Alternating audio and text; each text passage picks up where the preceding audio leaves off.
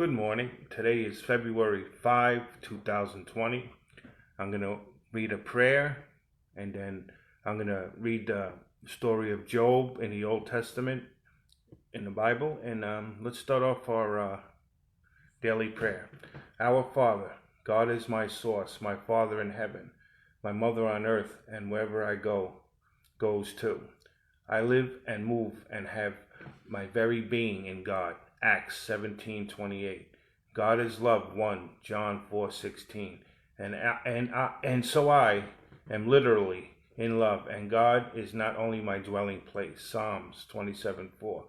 But everyone else's too, which means our natural state is to live in peace and harmony with each other. I pray to see my neighbor today with the eye of our shared soul. Mark 12:30-31. Now I'm going to read the story of Job.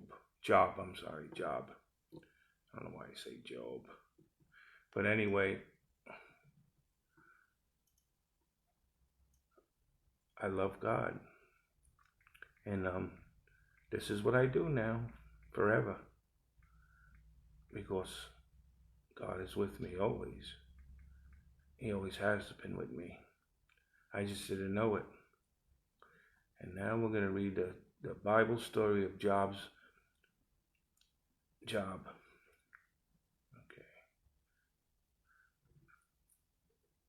Okay, this story.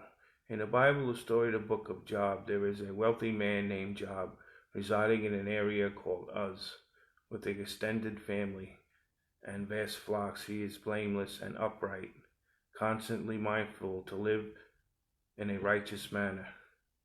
Job, God breaks, but Satan contends that Job is only righteous because God has favored him generously. Satan dares God that if given the approval of inflict suffering, Job will change and curse God.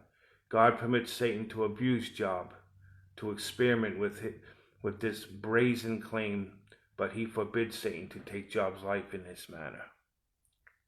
Over time of one day, Job is given 4 reports, each informing him that his sheep, servants, and 10 children all have died due to thieving intruders or natural disasters.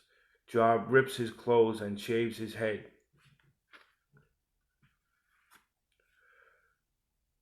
In sorrow, yet he still praises God in his prayers. Satan arrives in heaven again. God allows another opportunity to test Job. This time, Job is distressed with terrible skin sores.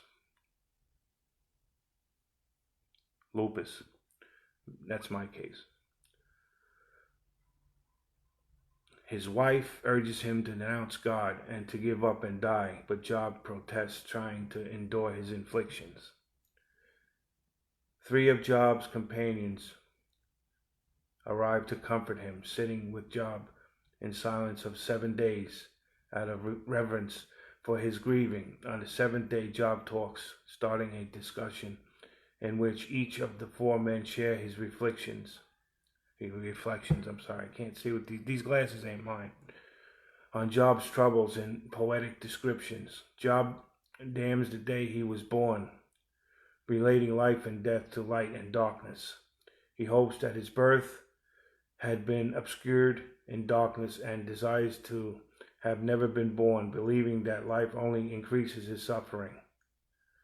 His friends reply that Job, who has comforted other people, now reveals that he never actually knew their pain. His friend concludes that Job's pain must be due to some sin Job has acted, and he recommends Job to seek God's favor. Bildad and Zophar agree that Job must perform evil to provoke God's justice, and argue that he should attempt to manifest more innocent behavior.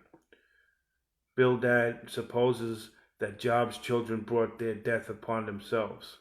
Even worse, Zophar suggests that whatever wrongdoing Job has done, he likely deserves more suffering than he has experienced.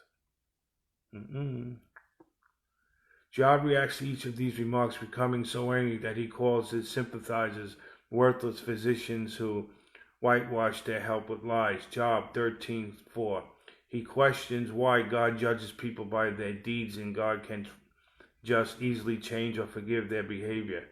If it is confusing to Job how human can truly satisfy God's justice, as his ways are mysterious and exceeding human comprehension. Furthermore, humans cannot possibly convince God with their words. God cannot be fooled, and Job confesses that he does not know how himself well enough to accurately defend his case to God. Job desires for someone who can mediate between himself and God, or be sent to Sheol, the dark space of the dead. Job, this is in Hebrew too, so these words are pretty difficult, the Hebrew words. Job believes that there is a witness or a redeemer in heaven who will testify for his integrity. Job 16:19, Job 19:25. The suffering shows too much for Job, and he turns bitter, anxious, and scared. He deplores the injustice that God lets evil people thrive while he and many other honest people suffer. Job wants to face God and protest, but cannot physically find God. He assumes that wisdom is concealed from humans, but he decides to persevere and seeking wisdom by fearing God and evading evil. God eventually intervenes, commanding Job to be brave, and explains various detailed features of his creation. Overcome by the appearance of God, Job recognizes God's infinite power and accepts the constraints of his human understanding. This response pleases God, but he is upset with Eliphaz, Bildad, and Zophar for emitting lousy advice. Job reconciles on their behalf, and God forgives them. God then restores Job's health, granted him with twice as much property as before, new children, and a remarkably long life. In the end, Job never completely gave up hope or faith in God. As inspiration to everyone enduring suffering of their own. Anybody get that? I sure did. Nobody knows how other people suffer. They're quick to judge. Oh, he's crazy. Oh, he's this. Oh, he's that. You don't know what that person went through. You don't know what that person's going through. And you don't know what that person's going to go through in the future. Do not judge a person. Show compassion for the person. Show love. Eventually that person will be on the right path. And in my case, nobody knows what I've been through in my whole life. Nobody knows what I'm going through now. And nobody knows what I'm going to go through the future. So I ask, don't judge me. I won't judge you. That's God. God judges, not us.